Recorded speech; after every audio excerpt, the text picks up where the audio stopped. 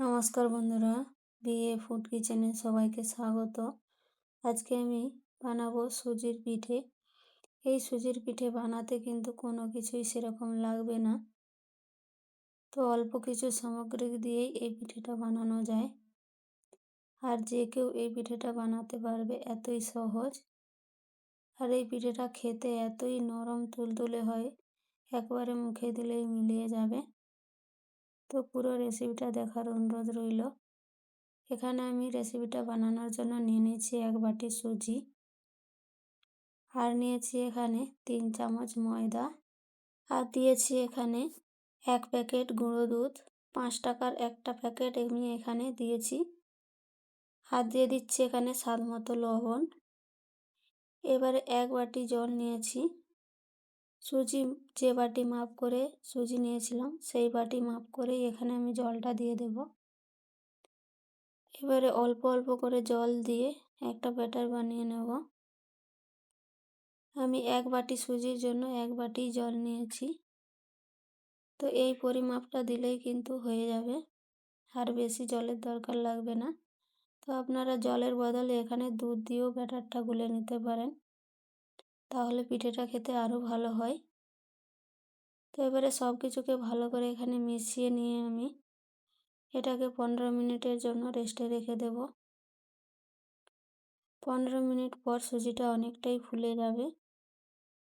তো 15 মিনিট পর সুজিটা আমি নিয়ে নিয়েছি। এবারে এর মধ্যে দিয়ে দিচ্ছি এখানে চিনি। আমি 2 চামচ চিনি দিয়ে দিলাম। এবারে দিচ্ছি এখানে একটা ডিম। এবারে ডিম আর সুজিটাকে ভালো করে আমি ফেটিয়ে নেব। 3 থেকে 4 মিনিট মতো এটাকে ভালো করে ফেটিয়ে নিতে হবে। যত সুজিটা ফেটানো হবে ততই কিন্তু পিঠেগুলো সুন্দরভাবে হবে। আমি এখানে ভালো করে ফেটিয়ে নিয়েছি, আর ব্যাটারটা কিন্তু একবারে পাতলা হয়ে গেছে। এবারে এর মধ্যে দিয়ে দিচ্ছি আমি এলাচের গুঁড়ো। 2টো এলাচকে আমি চিনির সাথে গুঁড়িয়ে নিয়েছিলাম। আপনারা চাইলে এখানে ভ্যানিলা এসেন্স দিতে পারেন, ডিমের গন্ধটা চলে যাওয়ার জন্য। এবারে দিয়ে দিচ্ছি এখানে বেকিং পাউডার 1 চামচ আর বেকিং সোডা 1/2 চামচ। এখানে অল্প করে জল দিয়ে এটাকে মেখে নেব। আপনাদের কাছে যদি বেকিং পাউডার বেকিং সোডা না থাকে, তাহলে এখানে ইনো ব্যবহার করতে পারেন। ইনো দিয়ে কিভাবে বানাতে হয় এই পিঠেটা, তার ভিডিও একটা আমি বানিয়েছি প্রথমেই, তো সেই ভিডিওটা দেখে আপনারা বানিয়ে নিতে পারেন ইনো দিয়ে কিভাবে বানাতে হয় এই পিঠেটা। আমার চ্যানেলে দেওয়া আছে, আপনারা চাইলে ওই রেসিপিটা দেখে নিতে পারেন। এবারে সব কিছুকে ভালো করে এখানে মিশিয়ে নেব।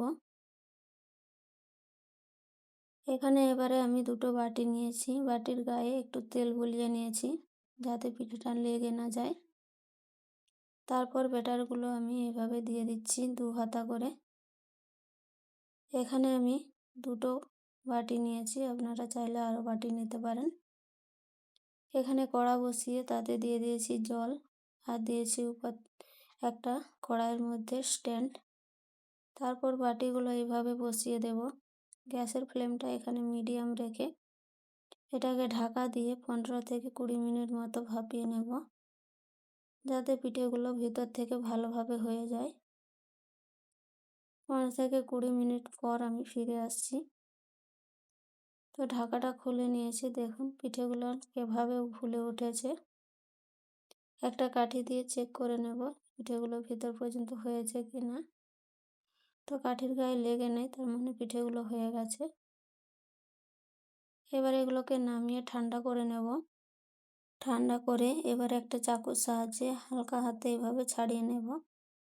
তারপর কিন্তু খুব সহজে এটা উঠে আসবে, বাটির গায়ে কিন্তু একটুও লেগে যাবে না। দেখতেই পাচ্ছেন কত সুন্দরভাবে পিঠেগুলো হয়েছে। এভাবে সবগুলো বানিয়ে নেব। এবারে এখানে আমি একটা কড়াই দুধ নিয়ে নিয়েছি। দুধের পরিমাণটা আপনারা আপনাদের পছন্দ মতো নিয়ে নেবেন। আমি এখানে 1/2 লিটার মতো দুধ নিয়েছি। দুধটা ভালো করে ফুটিয়ে নেব। দুধটা ভালো করে আমি ফুটিয়ে নিয়েছি। আপনারা চাইলে এখানে লিকুইড দুধের বদলে গুঁড়ো দুধও দিতে পারেন। এবারে এর মধ্যে দিয়ে দিচ্ছি এখানে এলাচের গুঁড়ো, আর দিয়ে দিচ্ছি এখানে গুঁড়ো দুধ। আমি ওই 5 টাকাওয়ালা একটা গুঁড়ো দুধ নিয়েছি। ওই প্যাকেটের পুরো দুধটাই আমি এখানে গরম দুধে গুলিয়ে দিয়ে দেব। গুঁড়ো দুধটা দিলে কিন্তু পিঠেটা আরও অনেক ভালো হয়। তো তার জন্য আমি এখানে গুঁড়ো দুধটা দিয়ে দিলাম। আরও কিছুক্ষণ এটাকে ফুটিয়ে নিয়ে এবারে এটাকে আমি বন্ধ করে দেব। এবারে আমি পিঠেগুলো এখানে নিয়ে নিয়েছি। এই গরম দুধটাই কিন্তু পিঠের মধ্যে দিয়ে দিতে হবে, ঠান্ডা করলে হবে না। আমি কিন্তু এখানে চিনি ব্যবহার করিনি, আমি এখানে গুড় দেব। তো তার জন্য আমি এখানে দুধটা ঠান্ডা হলে তারপর গুড়টা দিয়ে দেব। সব দুধটা দিয়ে আমি আধ ঘন্টা মতো দুধটা ভালো করে ঠান্ডা করে নেব। তারপর আমি এটা গুড় ব্যবহার করব এখানে।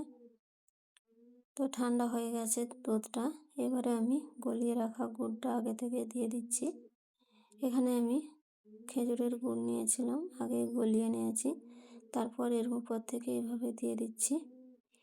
এবারে এটাকে 1.5 ঘন্টাতে মতো রেখে দেব, তাহলে কিন্তু এর ভেতরে সব রসটা ঢুকে যাবে আর পিঠেগুলো একেবারে নরম তুলতুলে হয়ে যাবে।